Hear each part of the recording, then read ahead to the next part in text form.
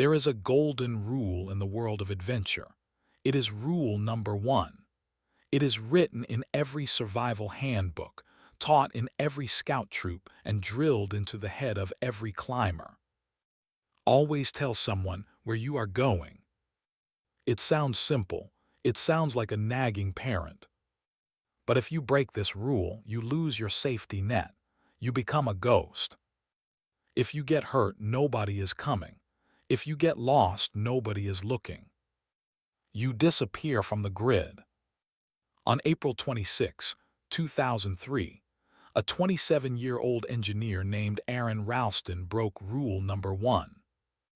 He drove his truck to a remote trailhead in Utah. He parked. He grabbed his mountain bike and his backpack. He didn't tell his roommates. He didn't tell his parents. He didn't leave a note on his dashboard. He wanted total freedom.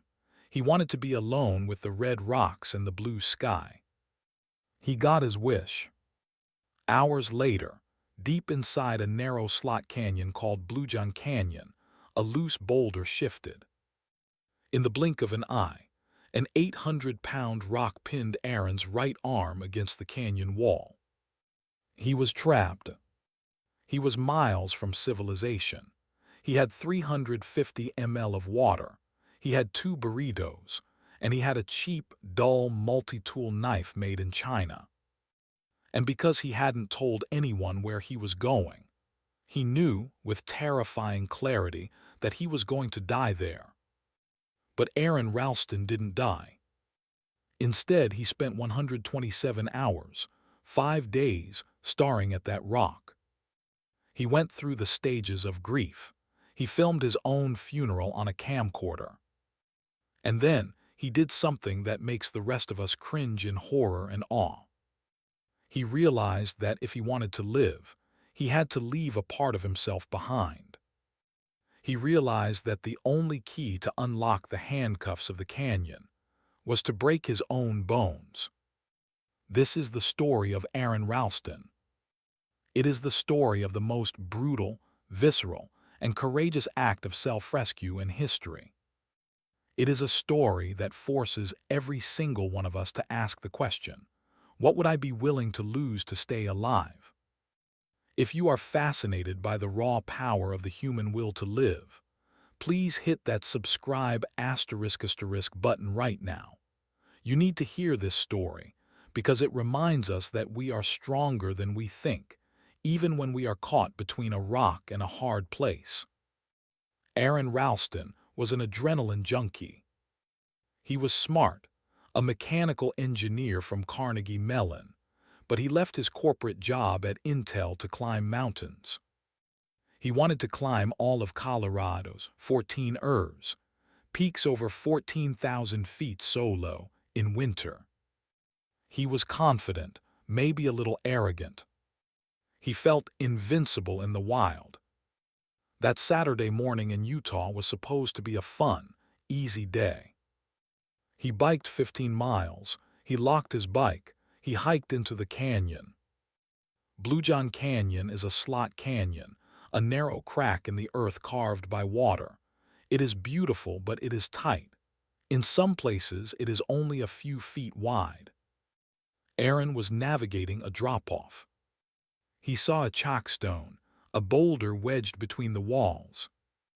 He stepped on it, it felt stable. But as he lowered his weight, the rock rotated. Gravity took over. Aron fell, the rock fell with him. He put his hands up to protect his face. Smash! The rock landed. His left hand was free.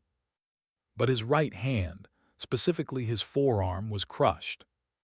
The 800-pound boulder pinned his wrist against the canyon wall. The pain was instant, it was blinding.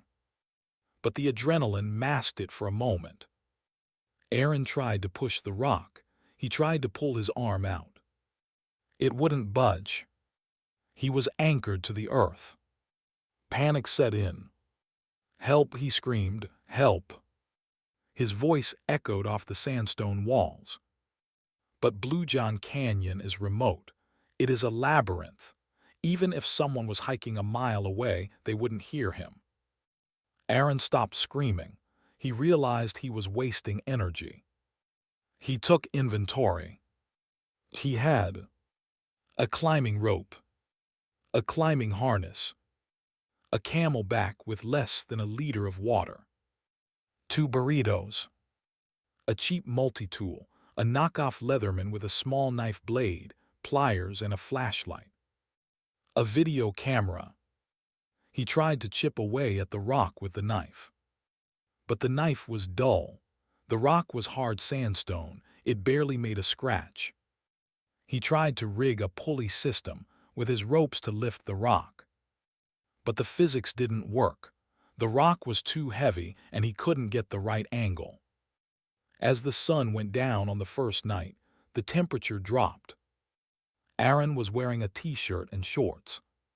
He shivered uncontrollably. He realized, nobody knows I am here. Nobody is coming. Day 2, Sunday. Aron ate 1 burrito. He rationed his water. He started to brainstorm. He realized there were only 4 options. 1, someone finds him, highly unlikely. 2, he chips the rock away, impossible. 3, he waits for death, inevitable. 4, he cuts his arm off. He looked at the knife. It was 1.5 inches long. It wasn't surgical steel. It was dull. He tried to saw into his skin experimentally. It wouldn't even break the surface easily. And even if he cut the skin, he couldn't cut the bone. The knife wasn't a saw. It couldn't cut through the radius and ulna bones of his forearm. So he dismissed the idea. I can't cut the bone, so I can't escape. Day 3, Monday. The water ran out. Aron was forced to drink his own urine. He let it settle in his camelback to cool down, then drank it. It was vile, but it was fluid. His mind began to wander. He started filming. He turned on his camcorder. He spoke to the lens. My name is Aron Ralston. My parents are Larry and Donna Ralston. Whoever finds this, please give this to them. He thanked his parents for his life. He apologized for not telling them where he was. He told them he loved them. It wasn't a survival diary. It was a will. Day 4, Tuesday. The urine was gone. Aron was dying. His lips were cracked. His eyes were sunken. His trapped hand was dead. The circulation had been cut off for days. It was turning gray and black. The smell of necrosis, rotting flesh, began to fill the small canyon. He started to hallucinate. He saw a little boy running across a polished floor. He saw a future. He realized the boy was his future son. The vision was so strong, so vivid, that it sparked something in him. I am not done yet. I have a son to meet. Day 5, Wednesday. Aron woke up. He was freezing. He was delirious. He looked at the rock. He looked at his dead arm. He got angry. He started to thrash against the rock. And then he felt something move. Not the rock. His arm. His arm bent in a way it wasn't supposed to bend. He realized the bone was weakened, or maybe the torque was enough. And then the epiphany hit him like a lightning bolt. I don't need to saw through the bone. I can break it. If he could use the rock as a lever, he could snap his own forearm bones. Once the bones were broken, the knife only had to cut through flesh and muscle. It was a horrific realization, but it was a solution. Aron Ralston went to work. He jammed his body against the canyon wall. He levered his arm against the rock. He pushed with everything he had left. Crack! The sound echoed in the canyon. He had snapped the radius bone. He yelled in triumph and agony. But he wasn't done. He had to break the ulna. He twisted his body. He torqued his arm. Crack! The second bone snapped. Now his arm was floppy. It was held together only by skin, muscle, and nerves. He took out the cheap multi-tool. He opened the small blade. He started to cut. He cut through the skin. It was tough, leathery from dehydration. He cut through the muscle. The pain was non-existent at first because the tissue was dead, but as he got deeper, he hit live nerves. The main nerve of the arm. It looked like a piece of spaghetti. He knew that when he touched it, it would be the worst pain a human can feel. He couldn't cut it slowly. He plucked it like a guitar string.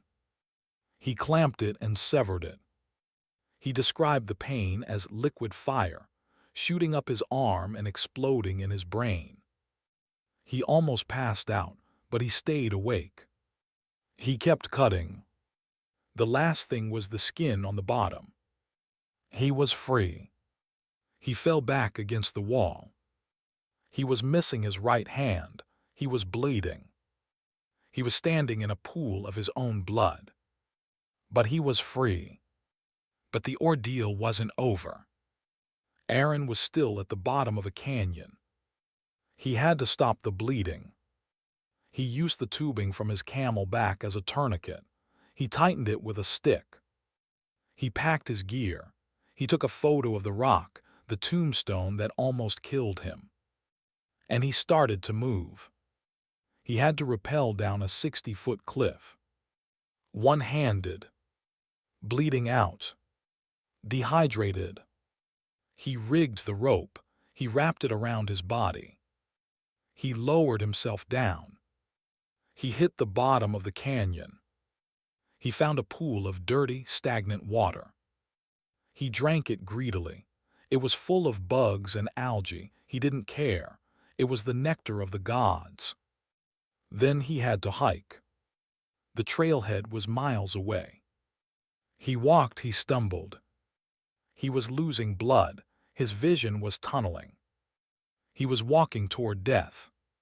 5 miles later, Aron saw figures in the distance. A family from the Netherlands, Eric and Monique Major and their son. They were hiking. They saw a man walking toward them. He was covered in blood. He was missing an arm. He looked like a zombie. "Help!" Aron croaked. The family ran to him. They gave him water. They gave him Oreos. They comforted him. Aron told them, "I'm Aron. I've been trapped for 5 days."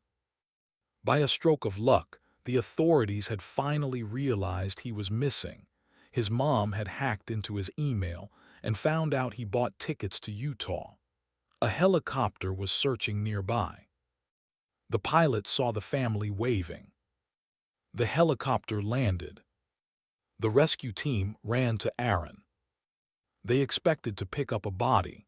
Instead, they found a man who had saved himself. Aron walked to the helicopter. He didn't want a stretcher. He sat down.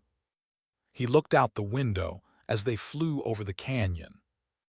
He closed his eyes. Aron was taken to the hospital. He survived. He lost 40 pounds. He lost almost all his blood volume. But he kept his life. He kept his promise to the vision. 3 years later, he met his wife. And eventually he had a son, Leo. The boy he saw in the hallucination was real. Aron Ralston went back to the canyon. He scattered the ashes of his severed arm, which park rangers had retrieved from under the rock at the site. He said it was where that part of him belonged. The story of 127 hours is the ultimate, gone wrong tale because it was entirely preventable. If he had left a note, he would have been found on day 2. But it is also the ultimate, survival tale because of the decision to break the bone. It represents the cold logic of survival. Emotional thinking says, I don't want to hurt myself. Survival thinking says, pain is temporary, death is permanent. Aron Ralston chose pain. And the video camera. It adds a layer of intimacy that most survival stories lack. He wasn't just suffering, he was documenting his own demise. He was saying goodbye. And then he decided he wasn't ready to leave the party. Aron Ralston didn't stop climbing. He continues to climb mountains today with a specialized prosthetic ice axe. He proved that you can lose a hand, but you don't have to lose your grip on life. He is a living reminder that we are all capable of doing the unthinkable, if the alternative is the end. I honestly get lightheaded just thinking about the nerve-cutting part. It is the most hardcore thing I've ever heard. Do you think you could do it? Could you break your own arm to survive? Be honest in the comments. If you are blown away by Aron's will to live, please hit that asterisk like asterisk button. And subscribe asterisk. I have a story coming next week about a diver who was sucked into a nuclear power plant intake pipe and lived. Stay safe, leave a note, and never give up.